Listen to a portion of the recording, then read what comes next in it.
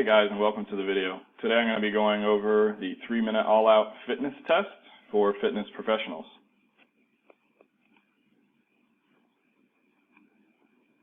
So first, I'm just going to outline what I'm going to be talking about.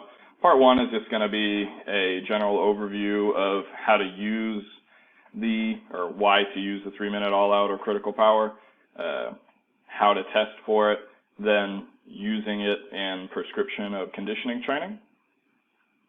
And then part two will be actually a real example where I actually walk you through what I would do with a certain team sport or individual athlete.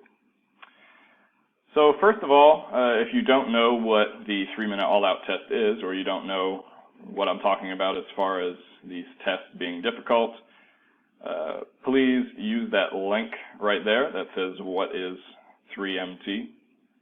And I'll take you to a previous video I have recorded that describes all the testing and what the tests look like for critical power and the 3-minute all-out test.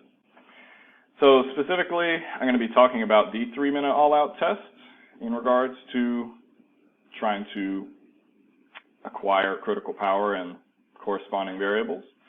So why I think the 3-minute all-out test is so good is that it's versatile and extremely sport specific. You can use almost any test mode, and although normative values haven't been produced nearly enough for multiple test modes, there is protocols that have been validated from swimming all the way to running, cycling, ski ergometry, rowing. There's really no limit to who you can test. The next thing is that it's an extremely fast test, hence the name 3-minute all-out. It is 180 seconds, and I suggest using 185 seconds just to make sure that you do get a full 3-minute data collection. And then really it's plus the warm-up that you do, which will probably be from 8 to 10 plus minutes. In that time, if you have like GPS equipment available to you, you can have your entire team tested within 3 minutes. The next thing is that it's extremely comprehensive. This test, even though it sounds kind of bad, it is kind of like a one test or one test to rule them all kind of situation, I suppose, where this test not only tests for maximal sprint speed or maximal power output, but it also can give you insight into like recovery running or even marathon pace. So everything from 100-meter dash, 60-meter dash to your marathon, and everything in between. So it really is a test that can give you a lot of information. The next thing is that it's extremely applicable. Since it gives you so much information, it can really help you in prescription of sprint training, high-intensity training, high-intensity interval training, moderate intensity continuous training, and any other thing that I've probably left out in this slide.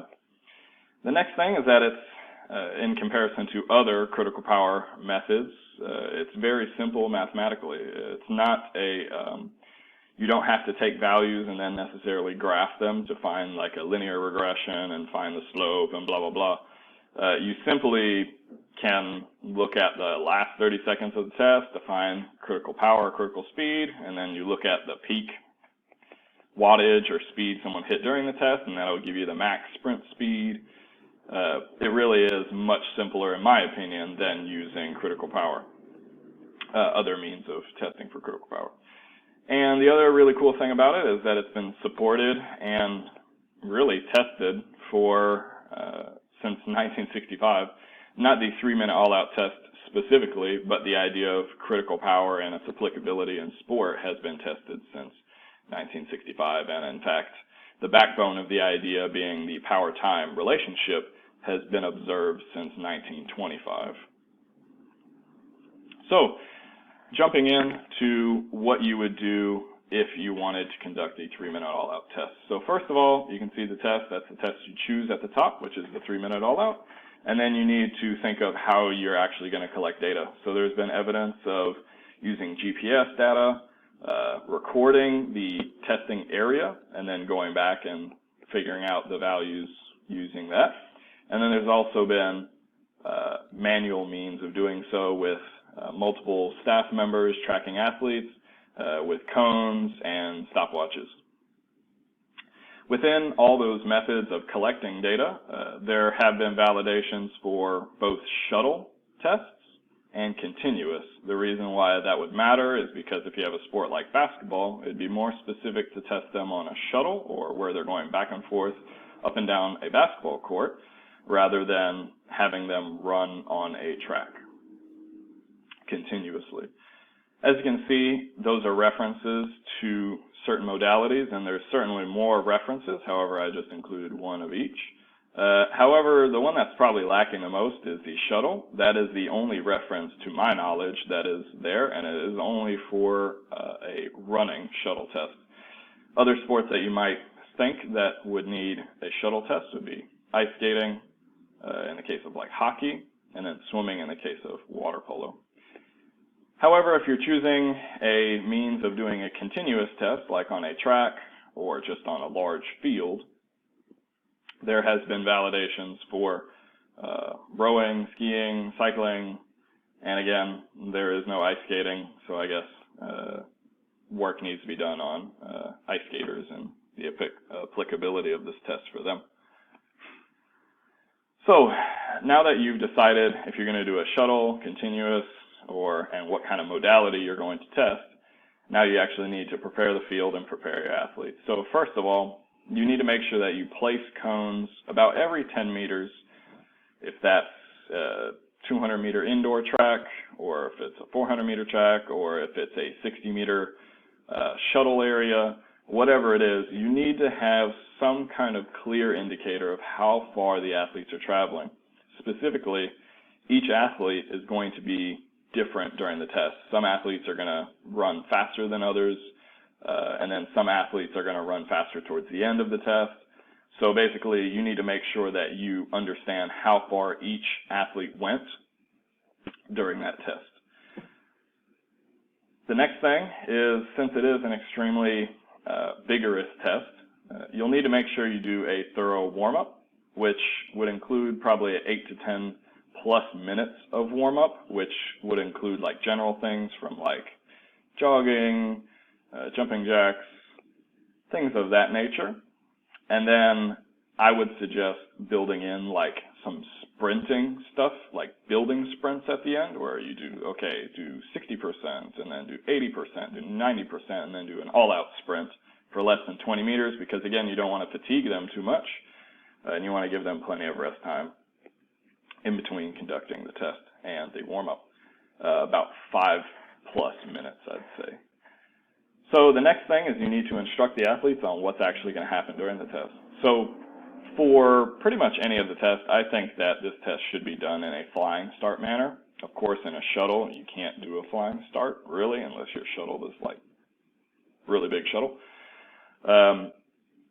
However, I think to prevent injury, you need to kind of have the athlete kind of rev up. In the case of rowing, you'd have them go at a moderate pace, and then you'd count down for 10 seconds, and then once 10 seconds was over, then you say go, and then they start actually rowing as hard as they possibly can.